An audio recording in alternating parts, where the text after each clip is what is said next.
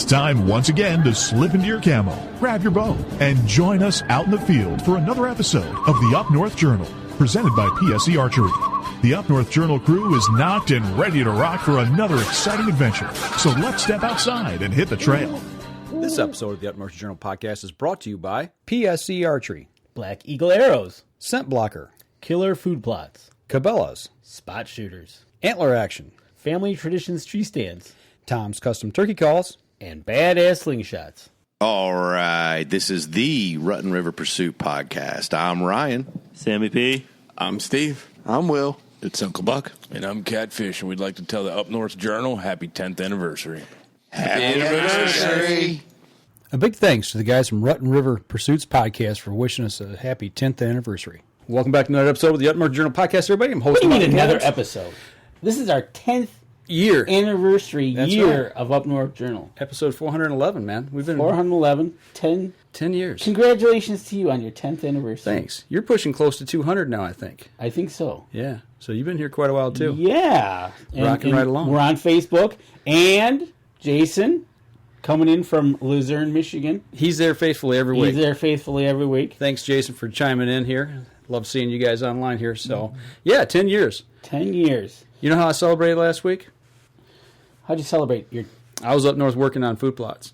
Imagine that. Thinking Deer 365. I got my soil samples right here, man. Actually, I thought those little baggies I was hoping were peanuts. No, there's no treats in there. You could eat that, but man, it'd be like you'd be literally eating dirt. Well, I guess so. I was hoping for peanuts, but then you could tell me I worked for peanuts. Right. Well, speaking of doing food plots type stuff, talking habitat, talking deer management, let's just dive right into tonight's show because we got special guests on. We've got Kip Adams from QDMA. Kip, are you with us? I'm with you. Thanks for having me, guys. Hey, man. Welcome to the show. Glad to have you aboard. Talk a little QDMA. We love talking deer management, habitat management, and the whole 9 yards. And we appreciate you taking a little bit of your time on a Sunday evening to sit and chat with us. Absolutely. My pleasure. I'm always glad to talk deer. Yes, you do. And might I say that was a mighty fine PowerPoint you had at the summit. Yeah, the Deer Summit, Michigan Deer Summit. You were there, what was that, 3 weeks ago now? 2 weeks. 2 weeks ago? Time flies. So, well, thanks. I appreciate that. That was a fun night. So it's hard to not have fun when you're in a room with that many folks who like to hunt deer. Well, exactly. Well, people that listen to our show, they're definitely into deer hunting. They're into habitat. They're into hunting just about anything or fishing or what have you. But along those lines, kind of getting started, give us a little bit of background about how you got involved with QDMA in the beginning. Well, growing up, I knew I wanted to be a wildlife biologist, and at that time, the only real jobs were you either worked for a state wildlife agency or a federal agency. And I was the state of New Hampshire's deer and bear biologist. So I worked for New Hampshire Fish and Game. It was 1999, and I got a thing in the mail from QDMA. I had never heard of them, but actually they had sent some information about an educational series they had out to every single state's deer project leader. So that's why I got it. So I saw the ad, had no idea who they were, did a little research to find out who this organization was, immediately said I need to become a member. So I became a member while I was New Hampshire's deer biologist. Long story short, ended up QDMA offered the first position that they had in the Northeast. So I'm originally from Pennsylvania. They announced a position in Pennsylvania, being the Northeast Regional Director for QDMA. So I wanted to get back to that part of the world anyway. So I had a great job running the state's deer program, but I gave that up, came back to Pennsylvania, got the job with QDMA, and that was 14 years ago. So it's been a great ride. I guess 14 and a half years now. So I've been very fortunate. It is a tremendous organization. I've had a lot of fun over the years, and it's pretty cool, the educational opportunities that we get to offer folks and help folks have better deer and better deer hunting. Now, your official title with QDMA right now, you are? I'm our Director of Education and Outreach. Okay. Now, with that, and looking back, 1999, even before that, cutting your teeth back in Pennsylvania deer hunting, was there ever anything in your mind at that time growing up thinking, one day I'm going to be speaking, in front of people, helping them with deer hunting? I mean, or was that just something that kind of came when you got into college and later on and you got these jobs? Well, I was always interested in wildlife, and like many people today, I grew up. My dad was always taking me to the woods, so I grew up a hunter. realized early in high school, I guess, or I found out that there were jobs such as wildlife biologists, and realized, man, that's what I want to do. So I grew up wanting to be a biologist, to manage wildlife and to manage habitat. So it wasn't until I was in college that I really got a handle on, the educational value of that, where, hey, you know what, I can conduct research on deer and habitat and all that, which is great, but then, I can take one more step of that and then help teach other hunters that same thing, so that they can, manage deer or habitat on the properties that they get to hunt, or to help with public land, or whatever the case may be. So it started as an interest in learning as much as I possibly could about deer and how to manage them, how to have the best hunting opportunities I could, and it just kind of grew into an opportunity to then help share that information with others. So that came along a little later, and I enjoy that as much as any part of my job, for sure. You mentioned there being in college and being able to do some research, whether it be deer or any other wildlife. Looking at QDMA, one of the things that when we're out in public and we're talking to people, some of the questions are always asked, about where the numbers come from or the research, because we see a lot of it. You guys present a lot of it on Facebook, and I'm constantly, gleaning any information I can get out of that. But, for the people who might, like, well, where do they get all this information from? Where does all that studies, where do you guys conduct your studies, and how do you get all those numbers? Well, we're lucky in that we are tied into the major wildlife research universities and institutions. So a lot of that comes from, whether it is, research that's done in Michigan State or Penn State or Mississippi State or wherever. We have such a good relationship with the main deer researchers across the United States that we have access to their studies, and they often share that information with us before it even gets published in a lot of journals, in large part because they know of our ability to then get that out to the masses. All of the hunters out there that can use that information, we're the conduit to get it to them. So some of the research that or the data that we provide is actual studies that we have helped with. Some of it are studies that we help secure funding for a certain wildlife agency or a certain university. We can help secure grants so that they can conduct that research. And a lot of it, though, is just other researchers out there or state wildlife agencies that we then get the information from and share with people. Because, we learned a long time ago, you can have the smartest deer biologists in the world, but if they're not sharing information, with hunters, then it's really not all that useful. So we like to get it, from every place that it happens in the United States, put it into a format that hunters can take advantage of, and then get it out and get it into their hands. Is a lot of that coming through the internet now? I mean, is that basically your mainstay of where you're getting it out? I know you have the magazine as well, but is the internet where a lot of this information is being presented? We certainly share a lot of it, either on our website or in other places, online. A lot of it, though, ends up in presentations either at our national convention or at branch educational events, or seminars and workshops and that kind of thing. We do like to get as much as possible of it online, just because that's the way that the majority of people are getting information today, and it's because that's the easiest way to share it, or the easiest that others can access it. So, historically, it was mostly in our magazine, and we continue that because we have a lot of members that just really like that hard copy of information to get, but we make as much of it as possible available in a digital format so that folks can go either to our website or wherever to be able to get it so that they can use it. Yeah, I love that magazine. After I get done tearing through it, it always goes to deer camp, and it gets passed around there at deer camp as well. So we really appreciate that. But looking at some of the research, what is something that maybe somebody out there that really doesn't know a lot about what you guys are doing right now, and it's like, well, what kind of cool things are you doing? Have you got something now that you guys are looking at possibly, or study-wise, that's somebody might not expect?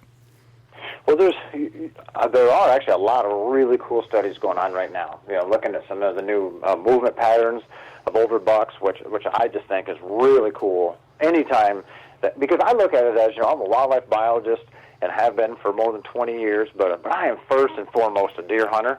So all of this research that goes on, some of it is very cool to know, but not really applicable to a hunting situation. Mm-hmm. And, yeah, that's good stuff, but I'm far more interested in the research that I can take and help me when I'm hunting in the fall. So I'm always interested in the movement pattern stuff, but I think one of the coolest things right now, they're doing some work at the University of Georgia. Dr. Carl Miller who is by far the leading person looking at how deer communicate, how deer see and hear and that kind of thing. They're doing some vision work right now where we know that deer essentially are red-green colorblind, to put it in human terms. Mm-hmm. So they have done that study, numerous years ago, but they're looking at some new stuff now. They actually built an apparatus that they have at the University of Georgia's Deer Research Pens where they train deer to look at certain lights and different frequencies of lights and different intensities of lights. So essentially what it does is it allows them to really understand exactly what a deer can see, which is pretty cool. So we know exactly, how far into the red color bands do they see and all that. Basically what it means is deer don't see reds that well. Mm-hmm. So, they don't see fluorescent orange any different than green, but they see blue and yellow really well. So as a hunter, you should never, ever wear anything blue or yellow when you're hunting. But they're taking that another step right now, and what they're doing is they're testing a bunch of different camouflage patterns to see, like if it's taking some of the main ones that you could just go to Cabela's or Gander Mountain or Bass Pro or whatever and buy, and from that, they can tell what deer can see or not. So they have not shared that information at all yet, but I think that is pretty darn cool because just because we look at a camouflage pattern and think, man, that looks awesome, it doesn't mean at all that a deer, is fooled by it. So they're able to take a look at some of that now and see, all right, are bigger, blotchier patterns more invisible to deer than, smaller, fine detail stuff. So we'll see when that comes out, but it has the opportunity to set the camouflage industry on its ear. No kidding. See or not. Right, yeah. They might make a few people mad there. Yeah, it probably will. There's probably some camo companies that certainly will be nervous as that stuff is being presented. But I think that certainly from a hunting end or to help hunters. Oh, imagine if you can know that much more about what deer can really see or what patterns you can use to truly, become more invisible or blend in with the environment. That's pretty powerful stuff from a hunter's end. Yeah, absolutely. And one thing that I've picked up on here in the last couple of years, I've been reading some of the things you guys have been doing, talking about bigger buck movement and patterns. As far as hunter pressure, how that affects the deer and pushes them out of the area, or noise or travel on your land that you're hunting, and how that makes older bucks push off your land, and it really affects the way people hunt. So some of that information you guys are putting out, I think, is really valuable to the hunters of today. Good deal. I'm glad to hear that. That's certainly our goal. Well, now, talking about hunters, you're getting this information out to hunters. What I kind of want to focus on tonight a little bit here, we'll kind of set this up here and we'll go to a break real quick, but think about public land hunters or hunters that's got small parcels of property, because a lot of guys say to us, well, yeah, QDMA, that works for people who have big tracts of land or private landowners, or hunting clubs where you can kind of control things a little more. But let's step outside. We'll take our first break. When we come back, I kind of want to dive into that a little bit if we could. PSE Archery has always dominated the speed category. Now, the most revolutionary cam system ever to hit the market has perfected the shooting experience. Introducing PSE's Evolve Cam System, featuring extremely high let-off capabilities and the smoothest draw cycle in history. No other cam system has ever delivered this level of total comfort and total control. Experience PSE. Experience performance. Throughout human history, one notorious killer has remained at the top and claimed more lives than any war or natural disaster combined. Mosquitoes. It's time to arm yourself and protect your family this season with Scent Blocker's new Bug Blocker for insects. Lasting up to 8 hours, Bug Blocker not only repels biting mosquitoes that can carry the West Nile virus, but other biting insects, including chiggers, biting flies, gnats, and ticks which can carry Lyme disease. Field tested by outfitters and guides from Alaska to Alabama and everywhere in between. The results are in, and Bug Blocker flat out works. In a high-potency sportsman strength dosage, using 25% no-nonsense DEET, plus 2 specific ingredients to target biting flies, Bug Blocker plays for keeps. For ultimate protection, pair Bug Blocker insects with Bug Blocker ticks.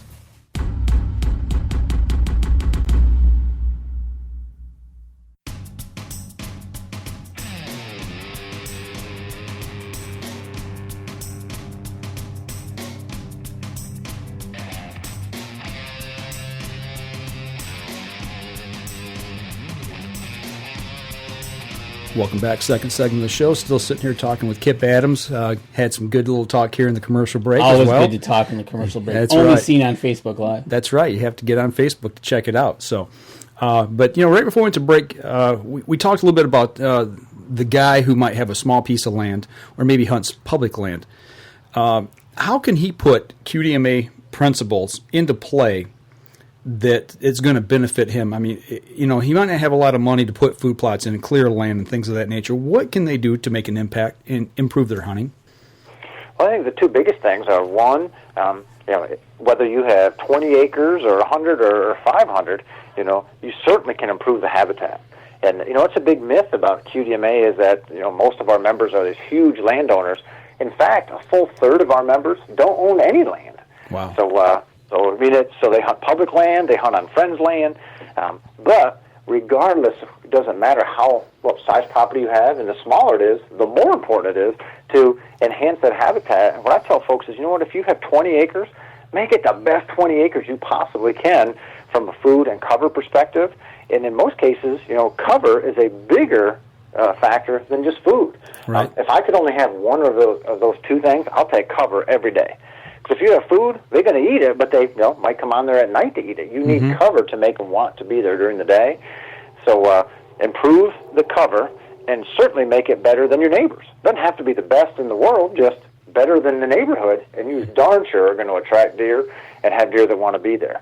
So that's the first thing. And the second thing is talk to your neighbors, and get involved in a cooperative. QDM cooperatives are the hottest thing going across the country, and where you guys are in Michigan, you are the number one state, in the entire northern U.S. for co-ops. So you're in the perfect situation. Take your 20 acres, put it with your neighbor's 20.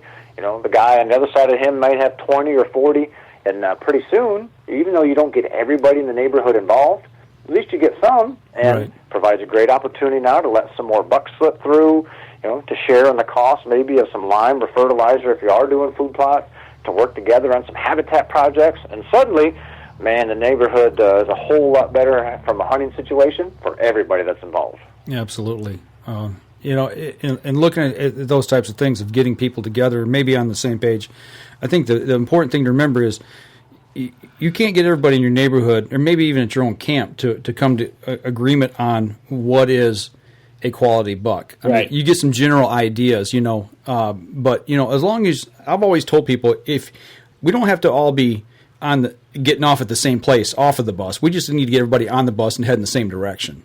You guys kind of feel that same way as far as getting people to work together. You don't necessarily have to come to that common minute agreement on things. Absolutely, and there's a reason for it. You'll never get deer hunters all to agree on anything. You can't even get all deer hunters to agree that deer are brown. So you're never going to get them to all agree on exactly what buck they want to shoot or whatever. So you're absolutely right. Get them in the room, just get talking.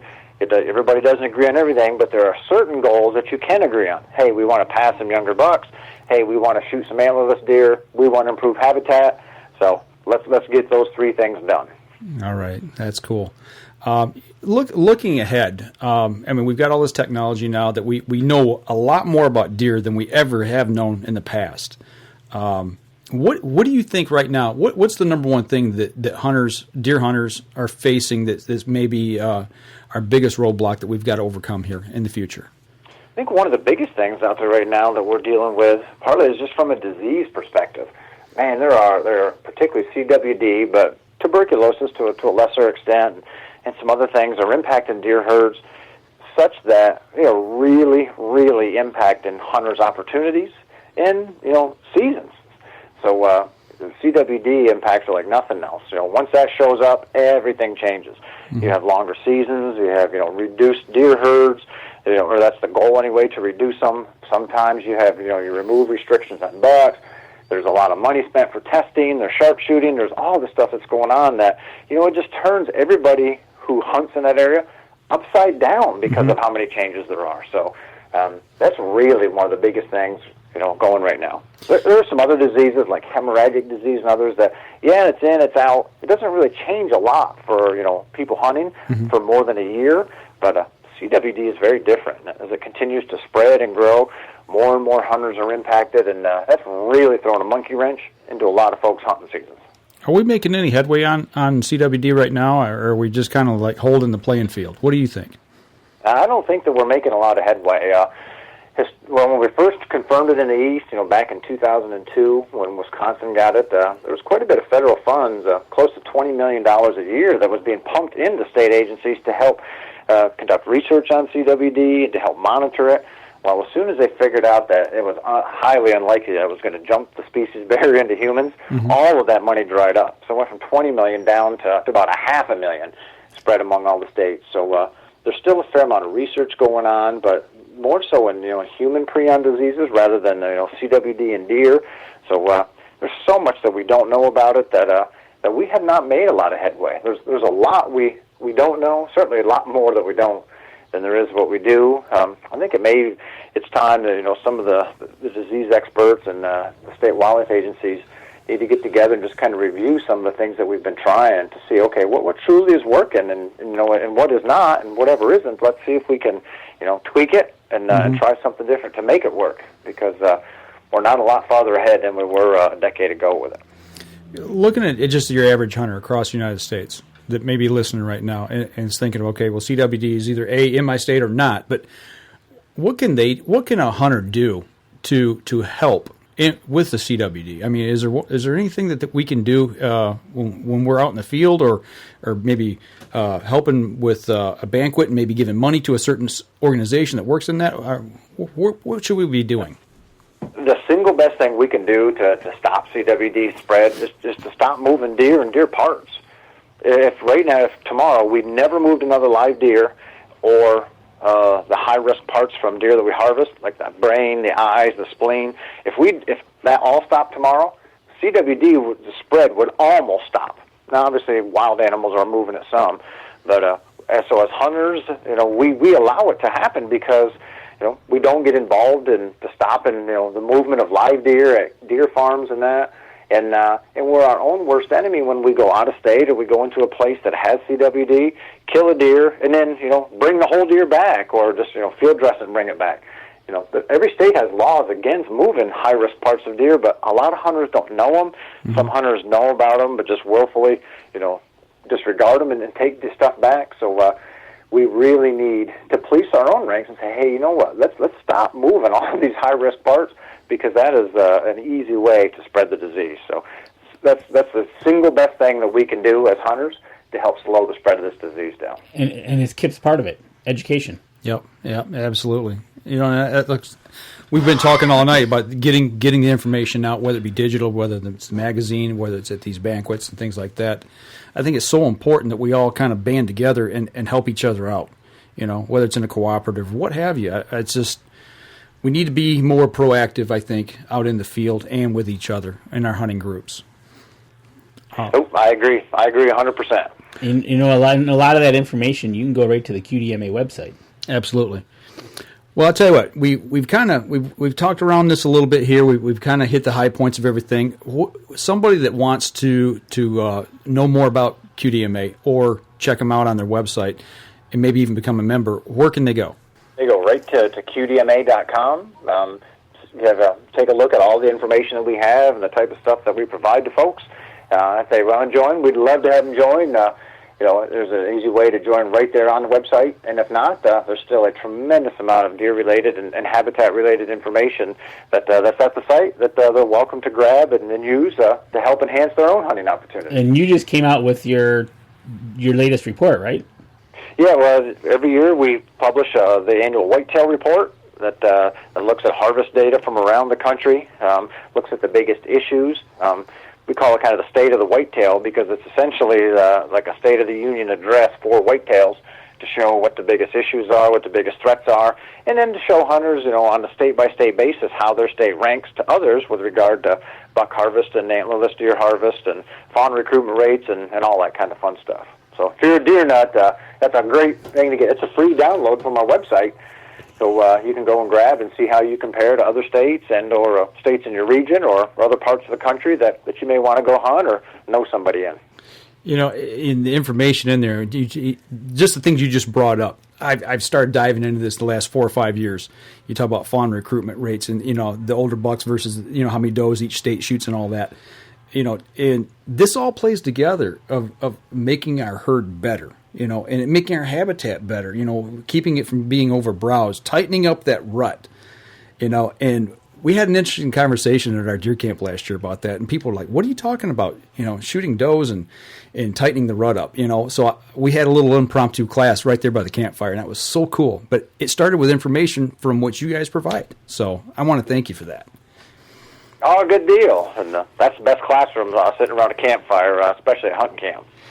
Well, speaking campfires, hunting camp, and all that, now we're going to get to a little bit of fun here. We want to ask you a couple of little quick-hitting questions we ask all of our listeners. Danny, you ready? Oh, yeah, absolutely. I've been waiting for this. Yeah, this is his favorite part of the show. This is where we get to ask the interviewer and kind of dive into to him and throw you some questions that might intrigue you a little bit. You ready? All right. I'm ready. All right. First question. Pretty simple. So you're out in the woods, you're turkey hunting or you're deer hunting. What's your favorite snack food that you want with you in your backpack? Oh, I'm a Cliff Bar fan, so I always have Cliff Bars with me when I'm hunting. A Cliff Bar. Nice. So you got to have those in the backpack. I do. I always have Cliff Bars. All right. So you made it out to your stand and everything, and you got your Cliff Bars out in the back.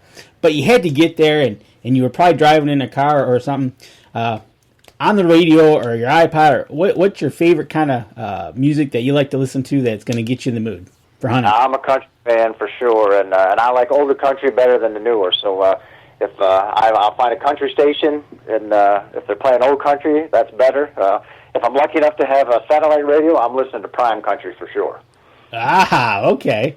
All right, so we know what you're listening to. We know what you're snacking on. And you were successful and you got your game. But now the question is, what's your favorite recipe that you would love to have after getting, and it can be any type of game, but your favorite outdoor recipe?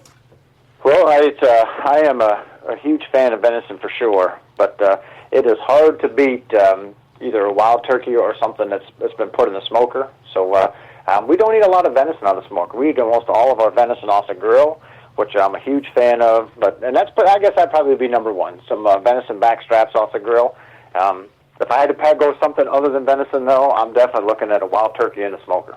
Oh, okay. It goes right in with turkey season right now. Yeah, That's awesome. awesome. Imagine that. Well, I'm going to throw one more at you here before we let you go. All right. And this can be from when you were a little boy up until this turkey season. What's one hunt that sticks in your mind so vividly? Maybe your favorite hunt or most memorable hunt, and why? That probably is the very first deer I ever shot, which would have been back in 1982. You had to be 12 years old in Pennsylvania to hunt. So that was the first hunting season that I was 12. That's back when we had a 2-week buck-only season and then a 3-day doe-only season.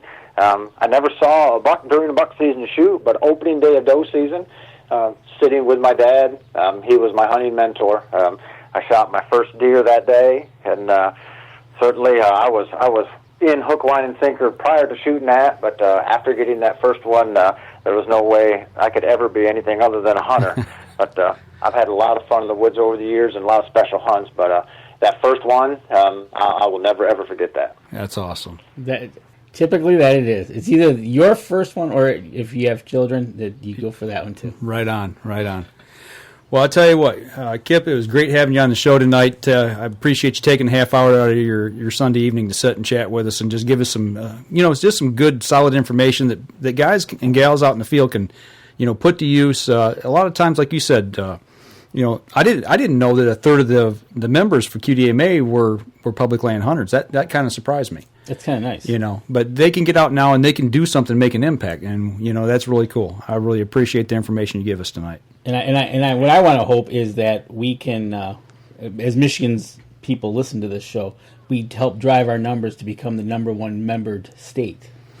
I think That's right. We were close, absolutely. aren't we? We're close. South Carolina's You number guys are one. knocking on the door. All right. So, it was South Carolina, I think you said a couple weeks back, right? Yeah. South Carolina is actually where QDMA started. So, and they currently hold the number one membership state in the country, with Michigan literally a handful of members behind them at number 2. All right. Well, guys and gals, you heard that. Let's become right. number one. All we got to do is just get out there and sign up. So, Well, listen, man, we really appreciate you taking some time tonight. If you get out turkey hunting yet this year? Yeah, we had our youth season was yesterday, so Okay. my young daughter and I were out. Then our regular season starts next Saturday. Okay. So, and then runs for a month. So we start a little later than many states. All right. Well, when you get out there next week, man, put a big gobbler down. Sounds good. I'll thank you guys. All right. Take care. We appreciate you joining us tonight. Thanks, Kip. Absolutely. Thank you for having me. Have a good night. All right, You you too. too. We're going to step outside and take our next break. So what do you do when you've completely redefined the way bows are engineered? When you've reached the pinnacle and the band starts playing your victory song, you start a revolution out of thin air. Introducing the all-new PSE Carbon Air, engineered with true carbon technology to be the lightest high-performance bow in the world. Experience PSE. Experience performance. Killer Food Plots have been helping property owners for over 20 years create premier whitetail habitat. Whether replenishing your soil with their all-natural Organics Fusion pellets or planting a premier KFP food plot seed blend to help your deer rebuild their bodies through spring and summer while supplying the much-needed high energy during and after the rut, you can trust that Killer Food Plots family and their products will help your deer achieve their full potential.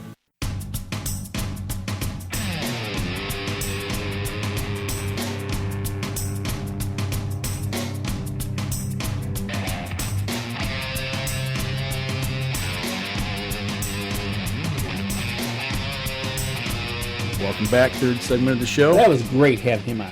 It was, But awesome. you know what? I forgot to ask him, because he told me this at the summit, where QDMA, he said it started in South Carolina, Right. but where it was patterned from. Okay.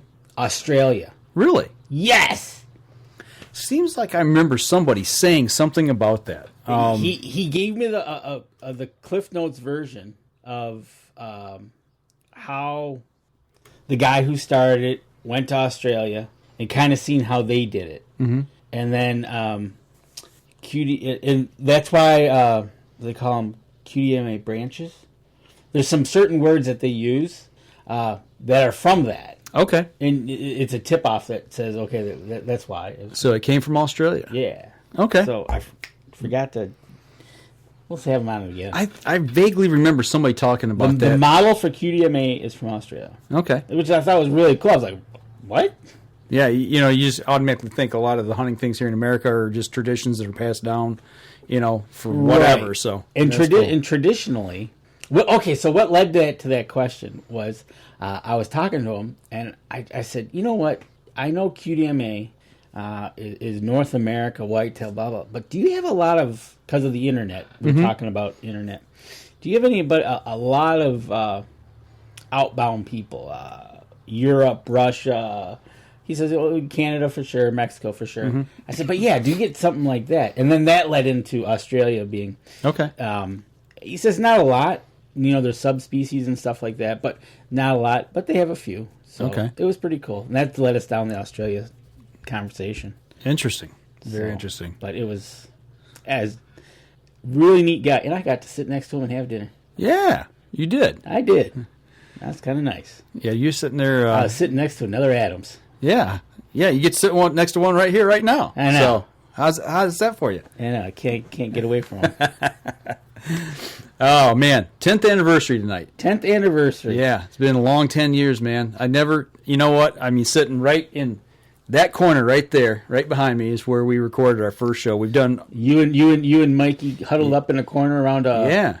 I would almost say a TRS-80, huh? Yeah, almost like that. It was wow. 2 cans of string, a little recorder. Yeah, I was podcasting before podcasting was around. 2 cans and a string. Remember them as kids? I remember that. I mean, I guess that's why they call me the Podfather, or the Godfather of podcasting, or whatever. You are the Godfather of podcasting. But it's been an interesting 10 years, ups and downs along the way. And, we took a little hiatus along the way there when... kind of due to uncontrolled Mother Nature decided to wreck our lives a little bit. We were off a year and a half. But, I mean, you think about tonight's episode 411. 411 episodes. Right. That doesn't count the mini casts that we've done, in the past. Yep. We're looking, climbing towards 500, and who knows where we're going to go or, from here. But, we started the Outdoor Podcast channel, actually that's just turned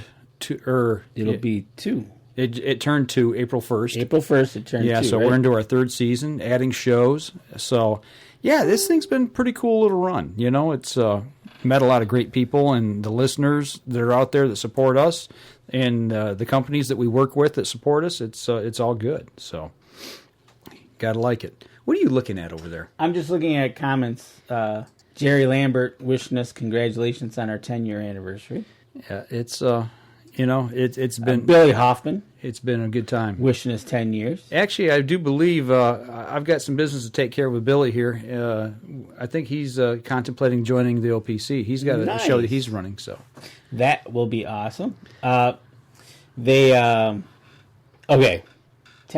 Mm-hmm. Pick a moment out of that 10 years. A high moment out of the 10 years. Oh, the best moment out of those 10 years, podcasting wise. Or just first, we'll do podcasting wise. I would say probably it's going to be one of 2, and both of them were at Cabela's. The first time we ever live streamed, when we were in Ohio.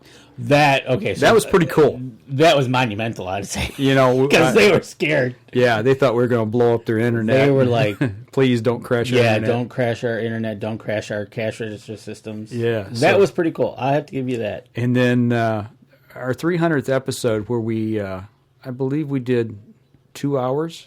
Oh, the Cabela's when we were out at Saginaw. And you guys surprised me with that plaque right there. Yeah, that was a good one. So I think those two really stand out in my mind, and particularly because everybody that was there at that 300th episode was the core group through the highs and lows. You got it. You were there, Red. You're Red. I'm Red. Randy was there. Tim Ford was there. Kevin Hutchings was there. Am I missing Randy? I mentioned Randy. Yep. Tim and myself. Right. Everybody's names right there. Yeah. Yeah. Yep. Those. And, four. and that was for being a team moment. That was probably the best. But going back to the Cabela's in Ohio. That was pretty doggone cool. That was pretty cool, being able to link into their internet and then live stream the entire weekend, basically, we were there. Is that the first time we live streamed? On a scale like that? I think it was, because I think we did a little Ustream, kind of testing the waters. Mm-hmm. But that was give an open line to the internet, and here you go. And now we're sitting here, the studio. We're on Facebook Live. And, we're looking at other things to do. Right. It's going to be bigger, badder, faster, stronger. There's sky's the limit. You know what? It really the sky is the limit. And got to thank Mikey for hadn't been for him, I wouldn't have done this. Hey, Dad, let's do this. Yeah. If it hadn't been for Michael, a little 12-year-old, I say a little 12-year-old kid. He wasn't a kid. He's almost a teenager at that point. But he came to me wanting to, asked me about podcasting and you know anything about it? And I'm like, no, don't even know what it was, podcasting at that time had only been around for a little over 2 years. It was really in its infancy, and, I like to think that we've helped people along the way, and that's what we're about, helping people out, whether it's helping other people out with their shows or just helping hunters out and fishermen out, We've taken some questions from the internet, about podcasting. You've answered those. We've taken questions about the show we're doing. As far as this whole live thing, the internet, the podcasting, it kind of is growing leaps and bounds. Even today, you think there's a ceiling to it, but there really isn't. No. I actually, it's we're working on some stuff, and I've alluded to a little bit of it, and I've been talking publicly about a little bit of it. But if you look on our Up North Journal page, and you can find some of the stuff we've been posting the past couple weeks about the Alban Wildlife, or the Alban Center for Wildlife Research and Education. If you look into that, that's where we're kind of molding and shaping and driving Up North Journal. Well, perfect example of this. We just had Kip Adams on, right? What is he the director of? Yeah, QDMA. QDMA education and outreach. Yep. Right? We've had him on. I just secured another interview in a couple of weeks with Anna Mitterling. From MUCC and works with the DNR. Works with the DNR. She is co-op, and she's also on QDMA. Right. Again, more educational. You were just at a deer browse study, right? Yep. Educational. She was actually the point person on and actually taught the class. Right. And a couple weeks back when we were at the summit, Kip was there with Dr. starts with a B? Brucker, I believe is how you pronounce it. Same thing. Education. Had Lincoln Roan on. We had Tony Smith on. Tony Smith. All driving home the same thing, guys. Education.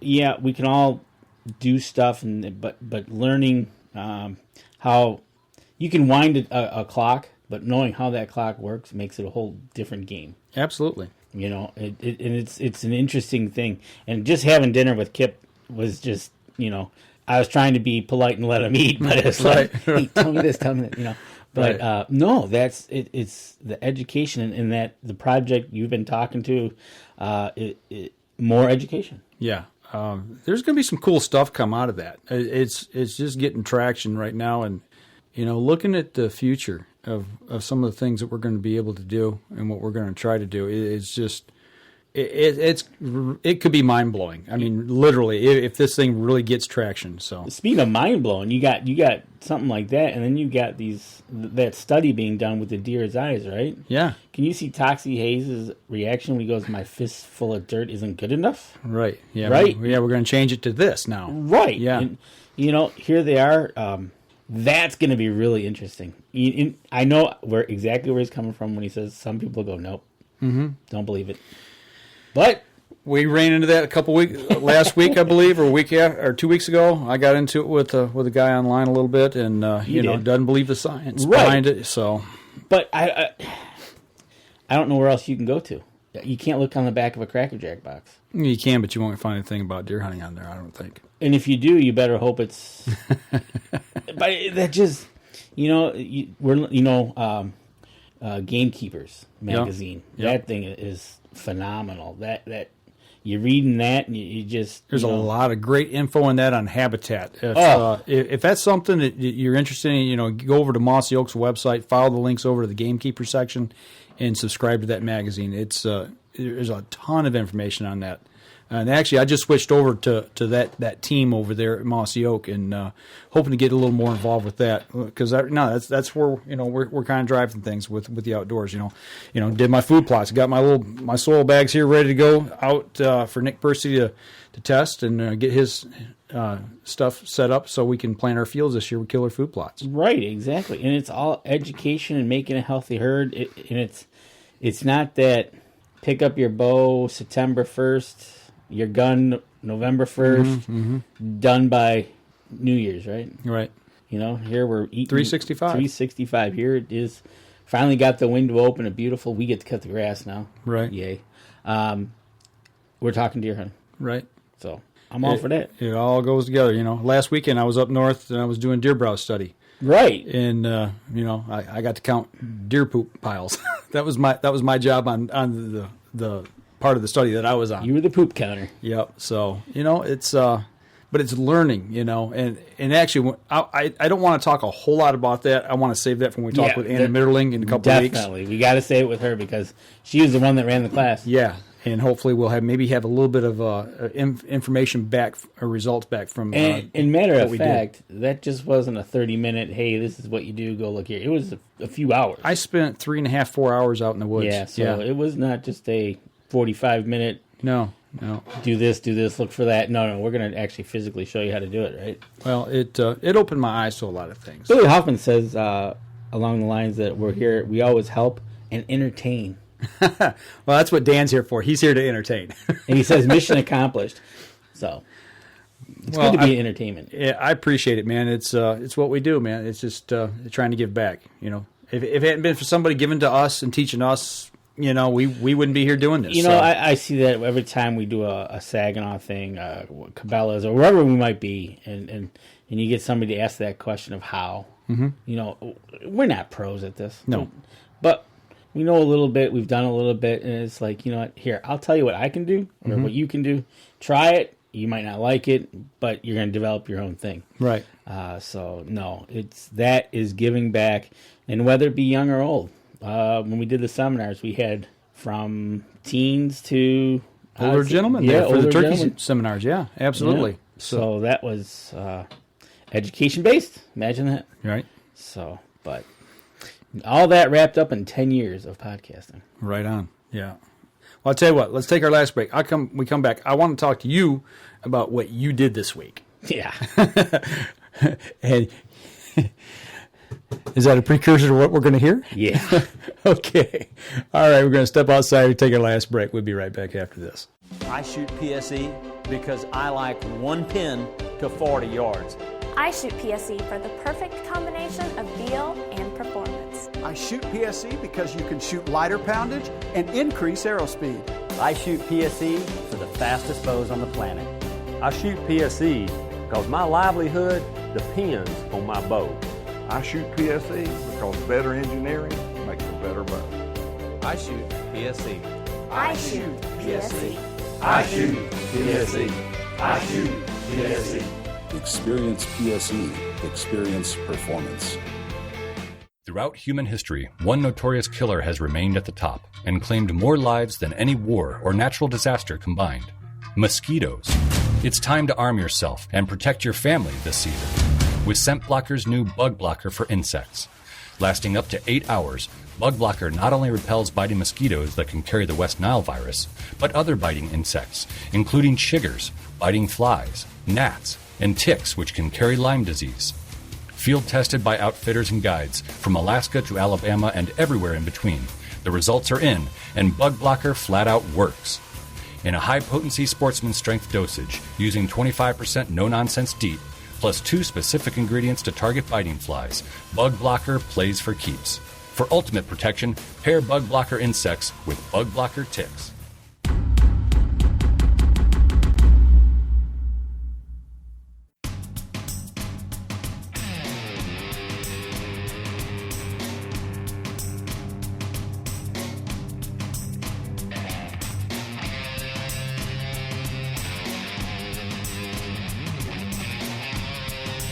Welcome back, last segment of the show. Well, yes, I didn't see any pictures this week. I didn't get a phone call this week. You didn't see any pictures. I was texting you live weather updates so you could get out in the field. Now, you had your own personal forecast. Yeah. I was watching live radar while I was at work. Lightning's coming. And I'm glad I didn't go out, okay? Lightning's coming between 3:30 and 5:30. 6 o'clock, you ought to be good. Yeah, well, no, I didn't go out that night. I was like, It rained hard. It rained really hard, and there was some good lightning. I'm like, I told you. You were right. That was a good forecast. I didn't want you in a pop-up tent with graphite rods and a shotgun and out there getting zapped. And I was under a pine tree. Exactly. So, yeah, Michigan turkey season started off this week. Yeah? Yeah. How'd you do? I scouted, I planned, almost executed. Mm-hmm.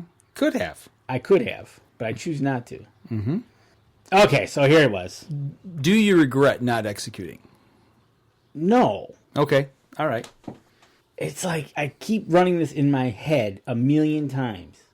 Of like what you could have done differently? Or? Oh, it played out perfect. Exactly how I...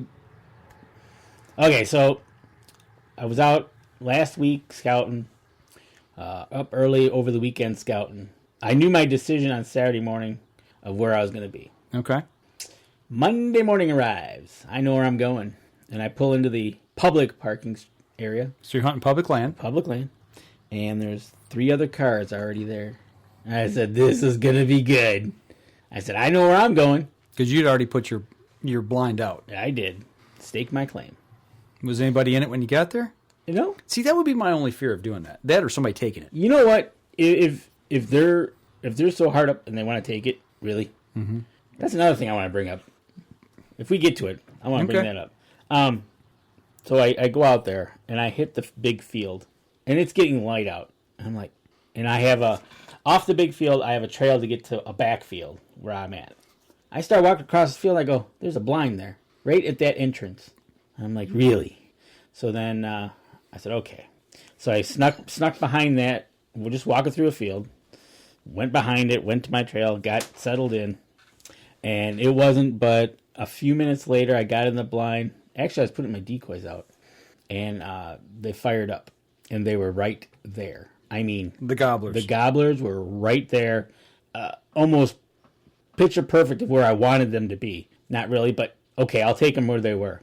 They were over my right shoulder. I'm like, whoa, they're close. I said, all right. So I got back in my blind, got all set. And I heard the gentleman in the blind calling. Okay. I said, okay.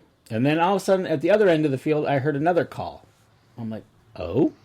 I'm like, uh-oh. From a turkey or from an individual? It was almost too early to be a turkey. Okay. Okay. Now I'm trying, okay, so I got one to my right out in the field. I know where that guy's at. Now something from across the back of the end of the field. I'm like, okay, I think there's somebody back down in that corner. So you had stereo? Yeah, it was pretty much stereo. Okay. And like clockwork, the pitch changed of the gobbling, so I knew they came down. Mm-hmm. And it got loud. I'm like, oh, here they come. And all I did, this guy was out in the front field, and he was calling. And he was a really high-pitched... Remember that one we tried at Saginaw? That really high-pitched one? Yeah. It was almost like that. And I said, all right, I'm going to do something here that we've talked about. I'm going to go low, deep, and quiet. Okay. And that's what I did. I used the straight creek call. Okay. And I went with that one. And that's when the pitch changed, and it got louder. And I'm like, okay, they're coming. So I got ready, and I'm like, all right. And all of a sudden, they were following the edge of the field when they were coming in. And it was still kind of dark out, but they were coming in. And I'm looking, 1, 2, there's 3 of them. And they're gobbling. They're now loud. I mean, they're there. You're like, oh, boy. Yeah, I'm like, here we go. And I looked. I had to squint. I'm like, they're jakes. And they were 3 jakes. They came up, started to cross the field. And I'm like... How far away were they? 30 yards, maybe. Okay. 25. So you could have definitely... Oh, they were in the pot. They were in the pot. I was like, but they're jakes. Mm-hmm. I'm like, okay. So I kind of shifted, and I thought about it, and I said, you know what? If they're jakes. Mm-hmm. And I said, no, I'm going to let them go.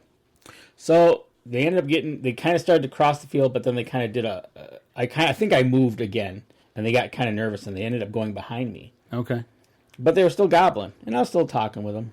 The gentleman out in the other field was still calling. They didn't go that way. They ended up going behind me, and now it's now daylight, and the sun's starting to come up. And they walk behind me, and I can still hear them. And they get to the bottom end of the field, and they break back out, and the sun is now on them. Mm-hmm. And I was like, "Oh, cool." I glassed them. It was the 3, just like I thought. And none of them, no other had joined them. Okay. So it was a little bachelor group. I'm like, okay, that'll work. All of a sudden, they started to cross the field, and that field I watched goes, and then it dips down. Okay. And so they cross the field, and they go into that dip. It wasn't but 30 seconds later. Boom, boom, boom, boom, boom, boom. Found the other hunters. Mm-hmm.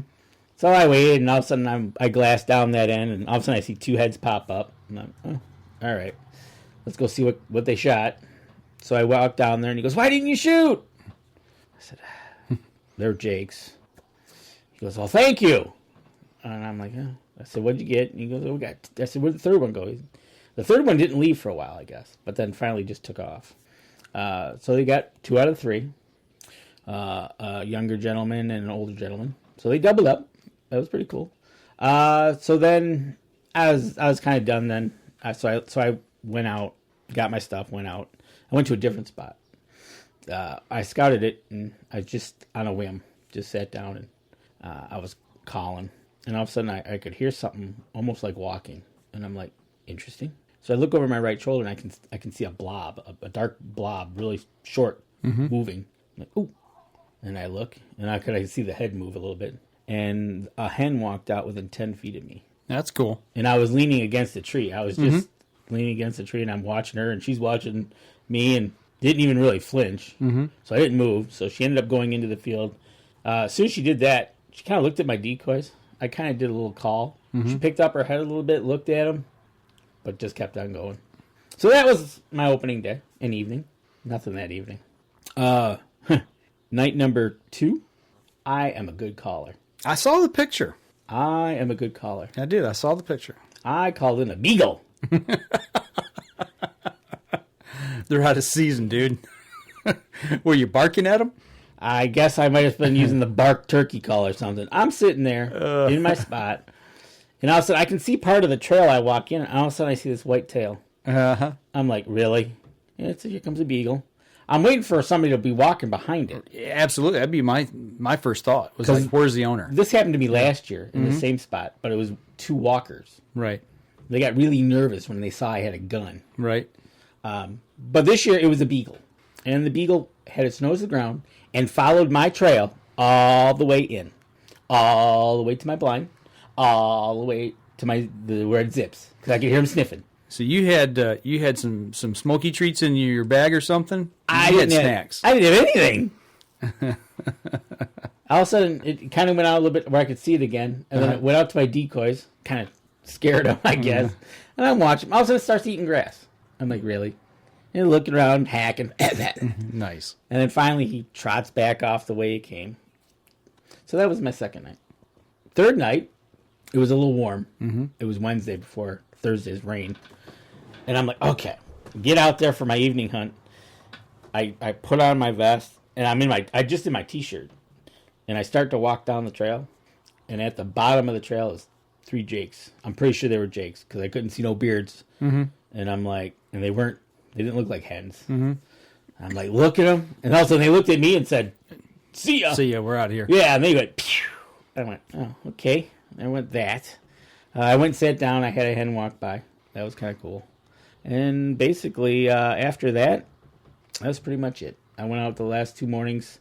Saturday morning, they were gobbling off at a distance. Didn't see any. This morning, they were gobbling behind me a little bit. I kind of messed with a hen. I heard a hen walking through. I could tell. I thought it was a hunter at first, but the hunter must have been running. But I was calling her. She was calling back. And then when she broke into a field, she just stopped. So, but that was it. That was my week, man. Hunting pressure, too early in the season. What do you think? Birds just not breeding yet? What do you think? It is warm this week. They're breeding. Okay. I think so. Because today I saw them in the field, in the cornfield, and there was like Strutsville, man. Mm-hmm. And I think it's time. And it's just, it could be in the one area that it was pressure. Didn't you say you bumped into a guy? So I bumped into a guy, and I had a conversation with him about his scouting. Uh-huh. And he said he was calling to him. And I thought about that after I went, you're calling to him. I'm hoping he wasn't literally calling with a call to them. Maybe using a locator. You're hoping he's using a locator. I'm hoping he was using a locator of some sort. Because going back to opening morning, those jakes coming in, I had a hen and a jake. And they really weren't, they were coming in, but it didn't look like they were heading straight for the decoys. Right. So I don't know if it was they sized everybody up and says, hey, we're all jakes. Right. You know?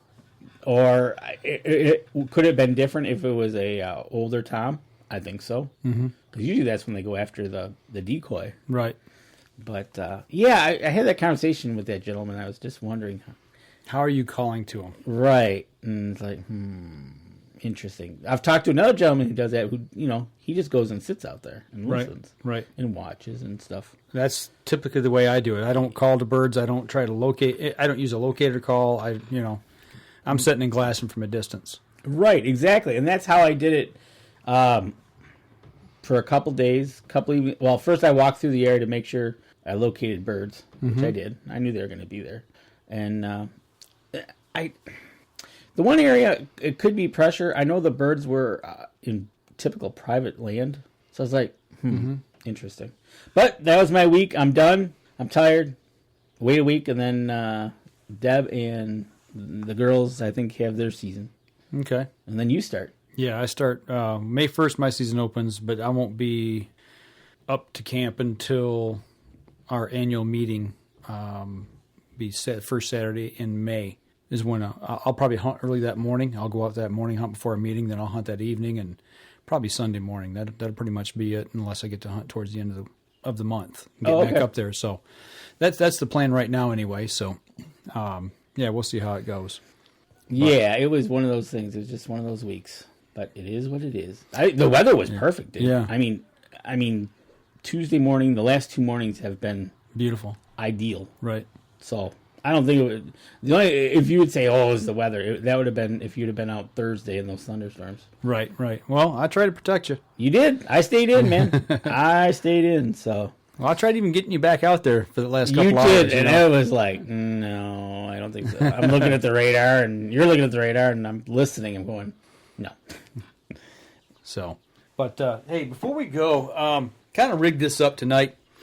Fourth Arrow Archery, one of our partners here that helps us out here at the Up North Journal. We just got hooked up with them this spring, and I decided to throw the GoPro on the boom. So for those of you here who are watching, that's kind of what we're looking at here for the GoPro. Right. So you can see there on the live feed. And what we can do is we can attach that, but we'll flip the GoPro and we can look back at ourselves. Yeah, so we could do it, flip it back. Actually, around. You can use that now in the water. Yeah, we could use this in the water and hang on to the booms. So that way we'd be looking back at ourselves there, so you can kind of see that. Oh, see, look at that. Yeah, so we'll have to get that out. And that's 2 extensions. There's one more extension left on this. Well, you don't want to knock the camera out. No. So, but great little device. It's got a screw-in adapter here for the tree, so you can mount it right to a tree. And then you can leave that in the tree, and then this comes off. Yeah. Yep. So the little holder for it, so you put that in there, so that way you can take the boom with you. You don't have to keep worrying about cranking it into the tree every time you go up and down. So, yeah, cool little device here. So right. So that's kind of cool. Yeah. Great product from Fourth and light. Absolutely, yeah. Throw this right in your backpack along with your camera arm, which we're going to be getting out in the field with rocking this year as well. The Fourth Arrow camera arms as well. So, really cool attachment that you can use to get that cutaway angle view up in your tree stand, or use it for a lot of different applications. We were thinking about that, using it right here in the studio. Actually, we're gonna try to get that mounted up, and once we get some more equipment in here to where we can actually do some live camera switching, we're going to hook this boom up and actually have a camera on it. We'll have to test it out back while shooting our bows. Yeah, well, that's another thing we can do, too. Absolutely. That'll work. So, yeah, we're going to get that out and play with that and show you guys a couple little things that we can do with it. So, but no, that's pretty much it. That's our 10th anniversary show. That is our 10th anniversary show. And you 10th anniversary of UNJ. Yep. 411 podcasts. Yeah, that's quite a few, man. I was sitting thinking about that the other night. I was like, man, 411. That's a lot of shows. It is. It's nothing to sneeze at. No, I mean you could, but bless you. So, I'll tell you what, we're going to wrap up this week's show. Run a little bit long here, so we appreciate everybody that listens to the show. Kip Adams for coming on. Spending a half hour of his time on a Sunday night, sitting down chatting with us. Go over to QDMA's website, check it out. I've done a lot of reading of their material, and I believe in it. I really do. I think I think we're heading in the right direction with what we're learning about hunting, and we're just going to continue to add on to it. So, absolutely, education. But that'll do it for us this week, folks. So as we've said for the last 10 years or so, if you're out on the water or in the woods, shoot straight and be safe until next week on the Up North Journal. This episode was brought to you by PSC Archery, Black Eagle Arrows, Scent Blocker, Killer Food Plots, Cabela's, Spot Shooters, Antler Action, Family Traditions Tree Stands, Tom's Custom Turkey Calls, and Badass Slingshots. Thanks for listening, and join us again here next week. Until then, remember, as we always like to say, if you're out on the water or in the woods, shoot straight and be safe until next week on the Up North Journal.